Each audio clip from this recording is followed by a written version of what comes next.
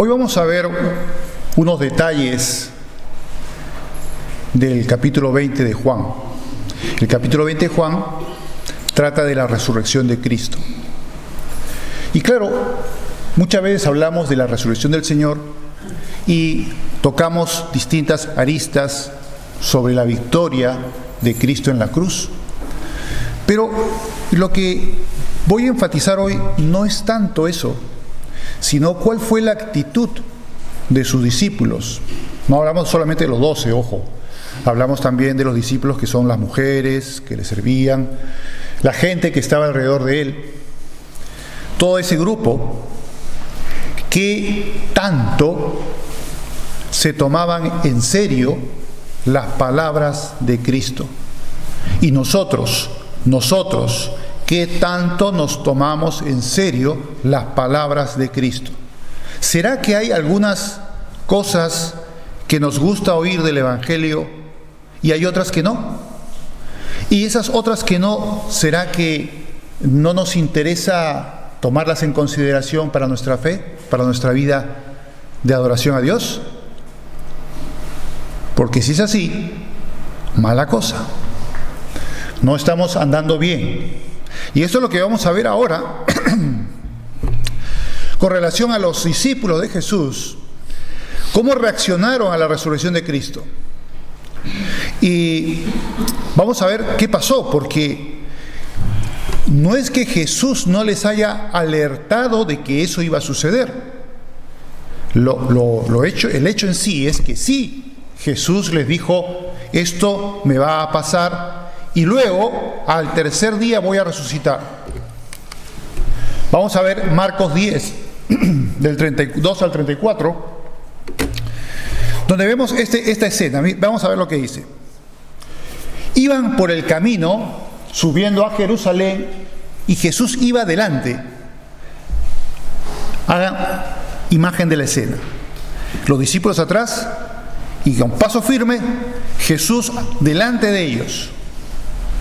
Y ellos siguiendo a Jesús, pero ¿cómo le seguían? Y ellos se asombraron y le seguían con miedo. ¿Por qué le seguían a Jesús con miedo? ¿Qué pasaba ahí? ¿Qué presumían que podía pasarle a Jesús en Jerusalén? Los judíos, los religiosos judíos le tenían unas ganas tremendas de matarle. Y eso eran conscientes los discípulos y sabían que Jesús valientemente estaba yendo a Jerusalén a enfrentar no solamente un peligro de que lo mataran, sino de que lo mataran efectivamente. Y eso fue lo que sucedió. Jesús ya sabía que iba a Jerusalén a que lo mataran. Por eso es que los discípulos seguían a Jesús con miedo, porque también temían por ellos mismos, no solamente por Jesús, sino por ellos mismos. Y decían, aquí algo va a pasar. Pero no bastaba eso, Jesús lo sabía, valientemente iba a su suplicio, porque él lo sabía a la perfección, pero no solo eso, sino que se los dice a ellos. Fíjense lo que dice el resto del pasaje. Entonces, volviendo a tomar a los 12 aparte, les comenzó a decir las cosas que le habían de acontecer. Ahora se los va a decir enfáticamente, esto me va a suceder en Jerusalén. He aquí, subimos a Jerusalén y el Hijo del Hombre será entregado a los principales sacerdotes y a los escribas, y que le felicitarán y lo llevarán en andas y lo convertirán en rey de Israel. No dice eso, ¿no? Y el Hijo del Hombre será entregado a los principales sacerdotes y a los escribas y le condenarán a muerte. Y le entregarán a los gentiles y le escarnecerán, le azotarán y escupirán en él y le matarán. Mas al tercer día resucitará. ¿Era algo difícil de entender estas palabras? ¿Eran tan tardos de oídos como para no entenderlo? Le está diciendo a sus discípulos Jesús, señores, yo aquí vengo a ser sacrificado. Efectivamente me van a vilipendiar, me van a torturar y me van a matar. Pero al tercer día yo voy a resucitar. ¿Qué era lo que no entendieron los discípulos de esas palabras de Jesús? Esa es la pregunta, ¿no? ¿Qué era lo que no entendieron? Y a veces me pregunto también, y bueno, podemos preguntarnos nosotros mismos, ¿hay alguna parte del Evangelio que tú no entiendas o no quieras entender, que es otra cosa? Hay una especie de problema cognitivo de que dices, no, es que esto no me gusta. No me gusta, no lo quiero entender, no lo quiero saber porque no me gusta. Y por eso, bueno, pues no lo descarto porque no me es cómodo. Y es verdad, no he escuchado, o vosotros lo habéis experimentado, o habéis visto a un hermano que dice, bueno, ciertas partes de la Escritura me gustan, pero a otras, esos versículos prefiero mejor no los pongo porque no me gustan mucho. ¿Puede un creyente hacer eso? Ser selectivo y coger de la doctrina cristiana lo que le gusta y dejar lo que no le gusta, y decir, no, es que eso no lo entiendo y no lo quiero aplicar en mi vida. ¿Es correcto eso? Evidentemente no. Pero bueno, ya se los dijo el Señor, vamos a ver qué pasó. Fíjense cómo Lucas nos habla de ese problema que tenían los discípulos. Dice Lucas 18:34, pero ellos nada comprendieron de estas cosas y esta palabra les era encubierta y no entendían lo que se les decía. ¿Por qué no entendían lo que se les decía? Porque no lo querían entender. Ellos esperaban un Mesías que liberara del yugo de Roma a Israel y que se convirtiera en el Rey eterno. Eso era lo que esperaban, esa era la esperanza de los israelitas. Pero como Jesús les dice otra cosa, y estaba ya profetizado, hemos visto anteriormente cómo las profecías de Isaías 53 y el Salmo 22 hablaban de la perspectiva de Dios, del Padre, sobre el sacrificio de la cruz de Cristo y la perspectiva del propio Cristo en la cruz. ¿No lo sabían eso los discípulos? ¿Nunca habían leído esa parte de la Escritura que hablaba sobre esas profecías, sobre el sufrimiento del Mesías? Y Jesús se lo está diciendo, esto me va a pasar efectivamente como está escrito. Pero parece que no les gustaba esa idea. Ellos tenían su otra idea, el victorioso Mesías que los liberaba de Roma y volvían a ser otra vez una nación, que básicamente era una idea muy popular entonces, y probablemente eso les gustaba, y cuando el Señor le decía otra cosa diferente, eso no les gustaba, y decían, no, es que esto yo lo tengo velado, la palabra está encubierta. ¿Era Dios quien se los encubría? No, era su propio corazón el que les encubría la palabra de Dios. ¿Haremos nosotros lo mismo también y algunas partes de la Escritura la tendremos así en tinieblas porque para nosotros no son agradables esas palabras? Bueno, aquí he puesto un poco lo que puse en el blog, ¿no? La actitud de ignoro las palabras de Cristo porque no se ajustan a mis expectativas. ¿Está bien ese ejercicio de fe? No, por supuesto que no. Tú no puedes hacer eso. Hay partes de la Escritura y de los Evangelios que son innegociables. Tú no las puedes dejar de creer porque son fundamentales para la fe cristiana. Hay otras, es cierto, que pueden ser sujetas a controversia, cosas escatológicas o algunas cosas teológicas secundarias, que bueno, uno puede creer de una manera u otra, pero hay otras que son esenciales, fundamentales para la fe cristiana. En primer lugar, la divinidad de Jesús, para empezar, la suficiencia de Cristo para la salvación, su muerte expiatoria y su resurrección. Porque tú dices, no, yo no creo en la resurrección de Cristo, pues ya estás pero te fuiste por la tangente. La fe para ser salvo. Todas esas cosas son las cosas principales y fundamentales de la fe cristiana que son innegociables. No podemos dejar de creer en ellas si somos verdaderos creyentes. Otras cosas podrían ser secundarias y que podrían haber ciertas controversias, bueno, podrían haber desacuerdos, pero en lo esencial no podemos elegir, decir, no, esto lo quiero creer y esto no lo voy a creer. Todos tenemos que creerlo y tenemos que ser valientes y no tener zonas de la Biblia que decimos, esta parte de la Escritura no me gusta y por lo tanto la voy a dejar de lado. O estas palabras del Señor Jesús no me gustan y las voy a dejar de lado. Si me habla del perdón, lo voy a dejar de lado. Si me habla de otras situaciones, lo voy a dejar de lado.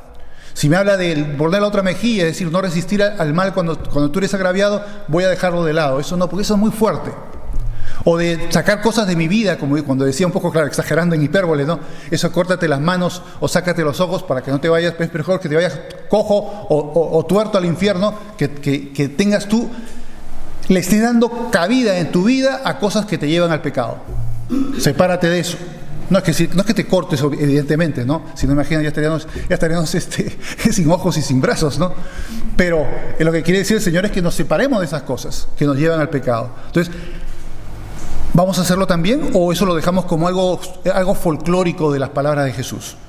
Estoy poniendo unos ejemplos simplemente, ¿eh? Vosotros podéis quizás encontrar algún otro ejemplo de que quizás haya alguna parte de la Escritura que digas, esto sí me lo tomo como lo leo, pero no me lo tomo en serio, ¿no? No, hay que tomárselo todo en serio. Todas las palabras del Señor tienen que ser tomadas en serio. Y aquí vemos a los discípulos que no estaban tomándose en serio ya lo que Jesús mismo les había dicho sobre lo que le pasaría a él. ¿Por qué? Porque les costaba entenderlo y asimilarlo porque tenían otra expectativa. Las expectativas foráneas no nos interesan, tenemos que ponernos en la expectativa de lo que el Señor nos dice y punto. El Señor les dijo, esto va a pasar, y ellos tenían que haberlo creído, pero no lo creyeron. Bueno, lo dijo como quien dice y lo suelta para que las paredes se puedan enterar, pero ellos no entró en sus mentes y en sus corazones. ¿Pero qué nos dice el Señor? Juan 14:21 dice, el que tiene mis mandamientos y los guarda. Ahora, el que tiene mis mandamientos y guarda parte de ellos y otros no los guarda, ¿está bien eso? El que los guarda todos los mandamientos del Señor, todos, no una parte. No, yo esto sí lo guardo, pero los otros no me gusta mucho guardarlos o me parecen muy difíciles, y por lo tanto de eso paso. No, todos. Ese es el que me ama y el que me ama será amado por mi Padre y yo le amaré y me manifestaré a él. Esa es la promesa del Señor.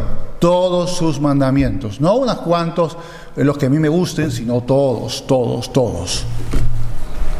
Bien, vamos a continuar entonces con lo que nos dice el capítulo 20 de Juan. Del verso 1 al 10. Vamos a ver cómo se comportan nuestros señoritos, los discípulos, y qué tal hacemos nosotros, si estamos muy diferentes a ellos o somos como ellos. Dice, el primer día de la semana, lo que vendría a ser un domingo, María Magdalena fue de mañana, siendo aún oscuro, al sepulcro y vio quitada la piedra del sepulcro. ¡Pum! Caramba, ¿qué pasó? Alguien había llegado antes, quizás para hacer alguna preparación del cuerpo o darle los perfumes típicos funerarios de la época. Bueno, entonces corrió y fue a Simón Pedro y al otro discípulo, aquel a que amaba a Jesús, es decir, a Juan, y le dijo, se han llevado del sepulcro al Señor y no sabemos dónde le han puesto.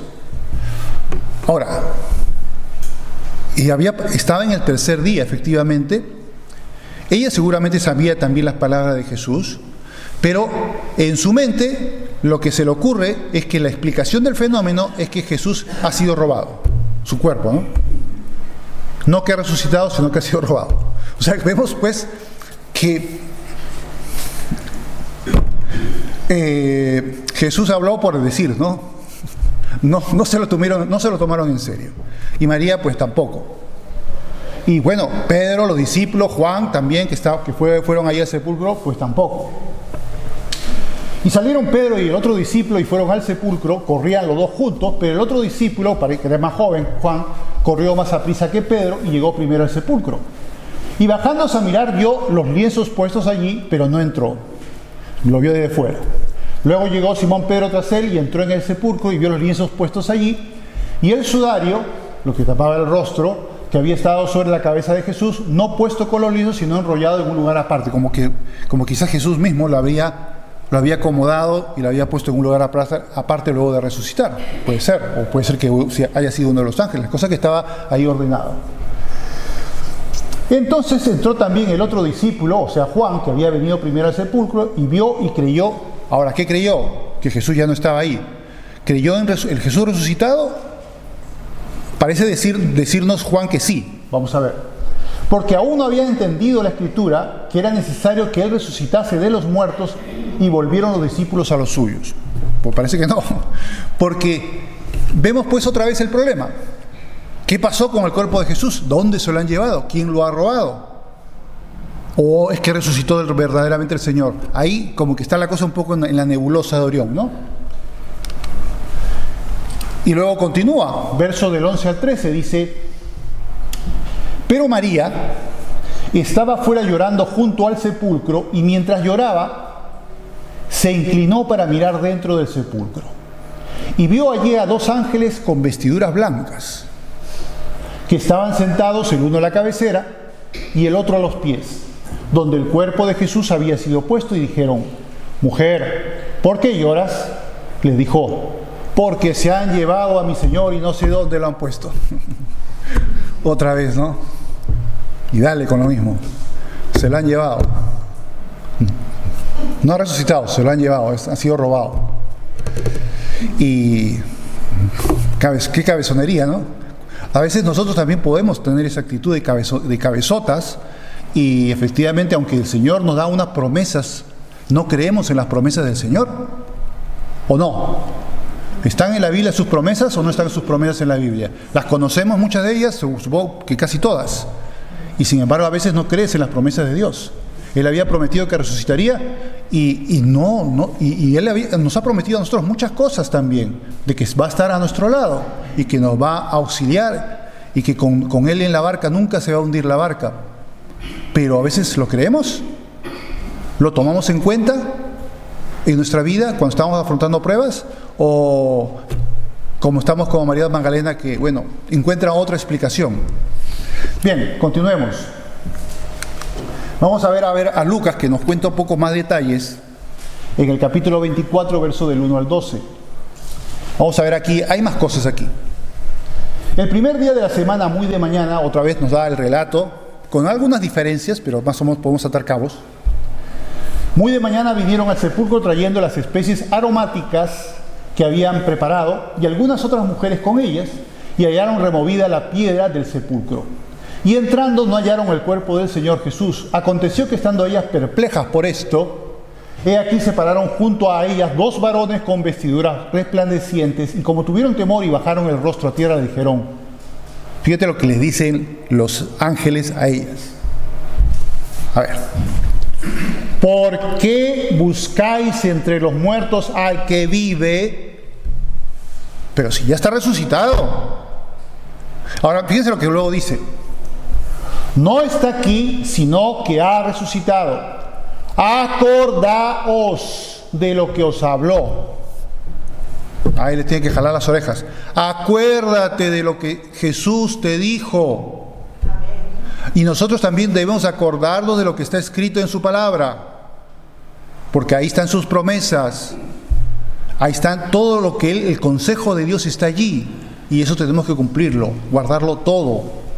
Acuérdate, cuando aún estaba en Galilea diciendo, es necesario que el Hijo del Hombre sea entregado en manos de hombres pecadores, y que sea crucificado y resucite al tercer día. Y entonces ellas se acordaron de sus palabras. Ay, verdad, ¿no? Sí, tienes razón. Me había olvidado. ya que lo dices, ahora recién lo recuerdo. Sí, efectivamente, el Señor había dicho eso. Y yo lo tomé como que estaba hablando a las paredes, no que me hablaba a mí. Y dice, entonces ellas se acordaron de sus palabras, y volviendo del sepulcro dieron nuevas de todas estas cosas a los 11 y a todos los demás. Eran María Magdalena y Juana y María, madre de Jacobo, y las demás con ellas, quienes dijeron estas cosas a los discípulos. ¿Y qué hicieron ellos? Qué bien, qué buena noticia nos das. En lugar de decir buena noticia, ¿qué dijeron? Mas a ellos les parecía locura las palabras de ellas y no las creían. Otra vez vemos esta cabezonería de los discípulos, que los principales que habían sido destinatarios de las palabras de Jesús al decir lo que le iba a pasar y que resucitaría el tercer día, tampoco están dispuestos a creer, y se suscriben a la tesis del robo del cuerpo de Jesús. Algo pasó. Qué pena, ¿no? Pero levantándose Pedro, algo bueno decir de él, corrió al sepulcro, y cuando miró dentro, él realmente aquí no cuenta que fue con Juan, y cuando miró dentro, vio los lienzos solos, y se fue a casa maravillándose de lo que había sucedido. Pues por lo menos fue a comprobar los hechos, los demás se quedaron ahí simplemente incrédulos. Él comprobó que efectivamente no estaba. Y vamos a ver cómo se prepara y se va cocinando ese cambio en la incredulidad hacia la fe y la creencia que efectivamente Jesús había resucitado.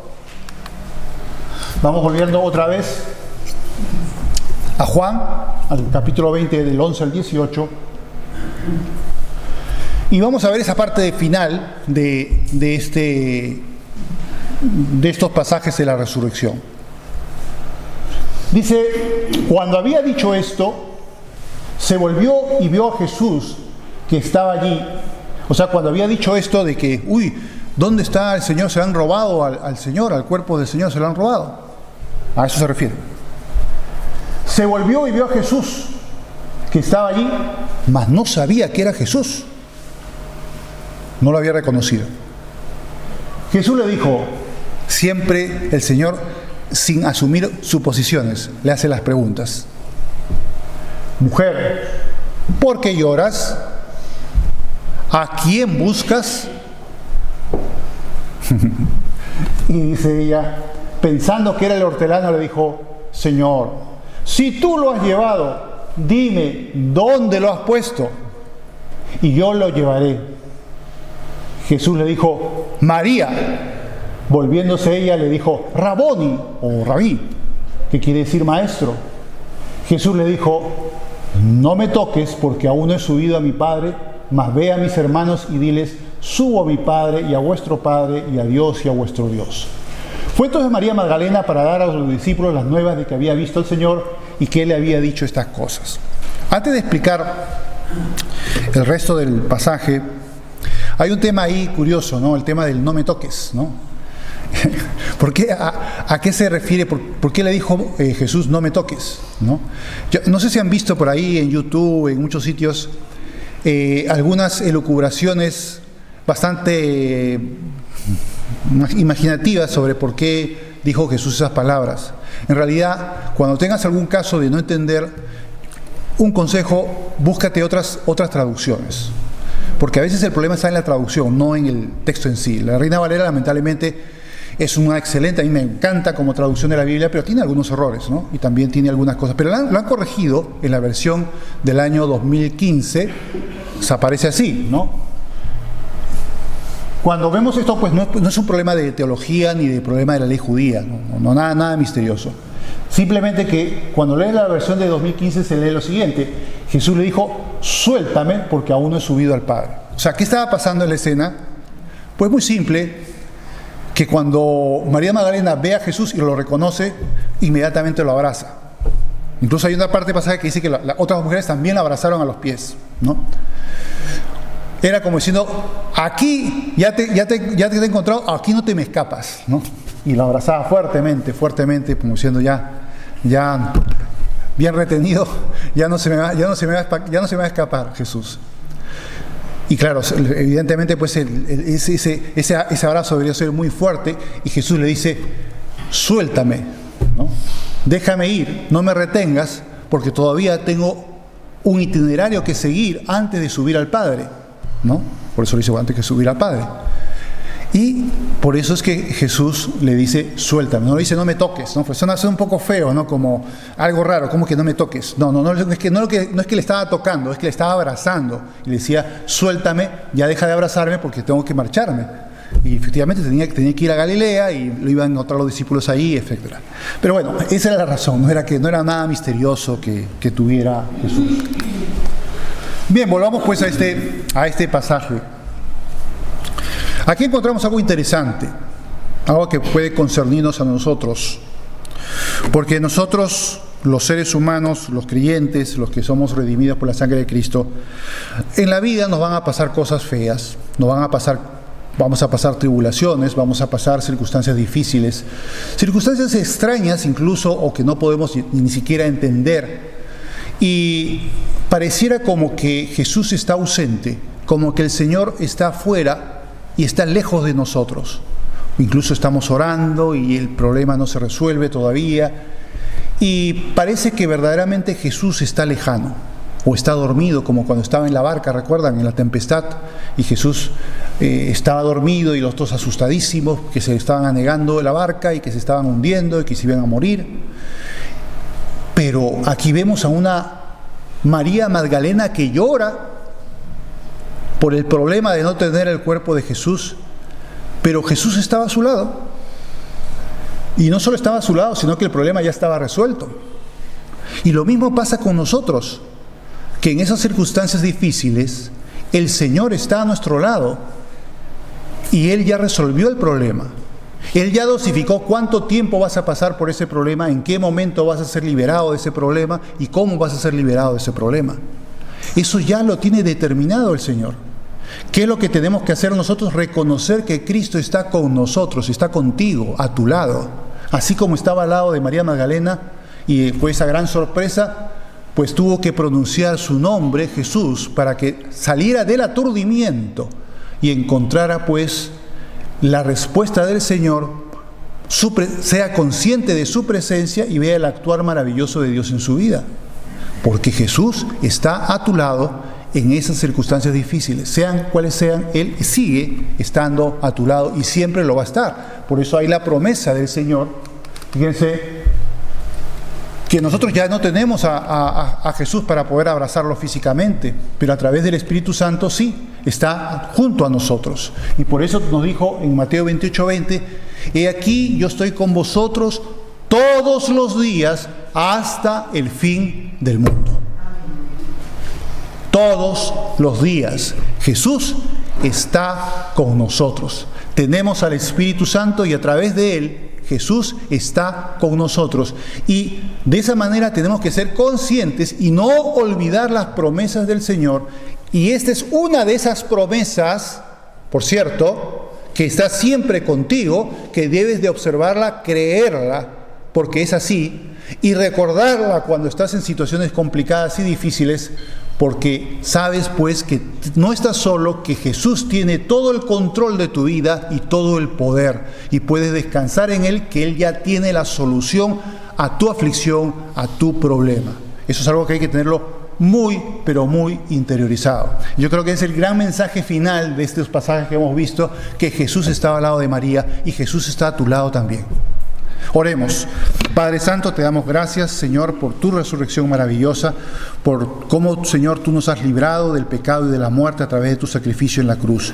Te pedimos, oh Dios, que seamos creyentes, que nunca dejemos de lado todo tu consejo, toda tu palabra, sino que todo lo creamos y todas tus promesas, Señor, las asumamos en nuestro corazón de una manera poderosa, para que cuando estemos en situaciones difíciles, en aflicciones, podamos recordar de que tú siempre estás con nosotros, que tú tienes todo el control y tú tienes todo el poder, que jamás estamos solos.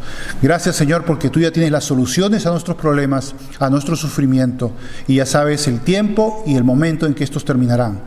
Te pedimos, oh Dios, que nos ayudes a entender esto y nos ayudes a ser fieles a toda tu palabra, a no dejar nada, Señor, fuera de lo que podemos nosotros creer y atesorar en nuestro corazón. Que todo lo atesoremos, que no haya ninguna selectividad de cuestiones o de promesas tuyas en nuestra vida, sino que todas sean cumplidas, Señor, todas sean acatadas y todas sean creídas. Te pedimos todo esto, Dios, en el precioso nombre de Jesús. Amén.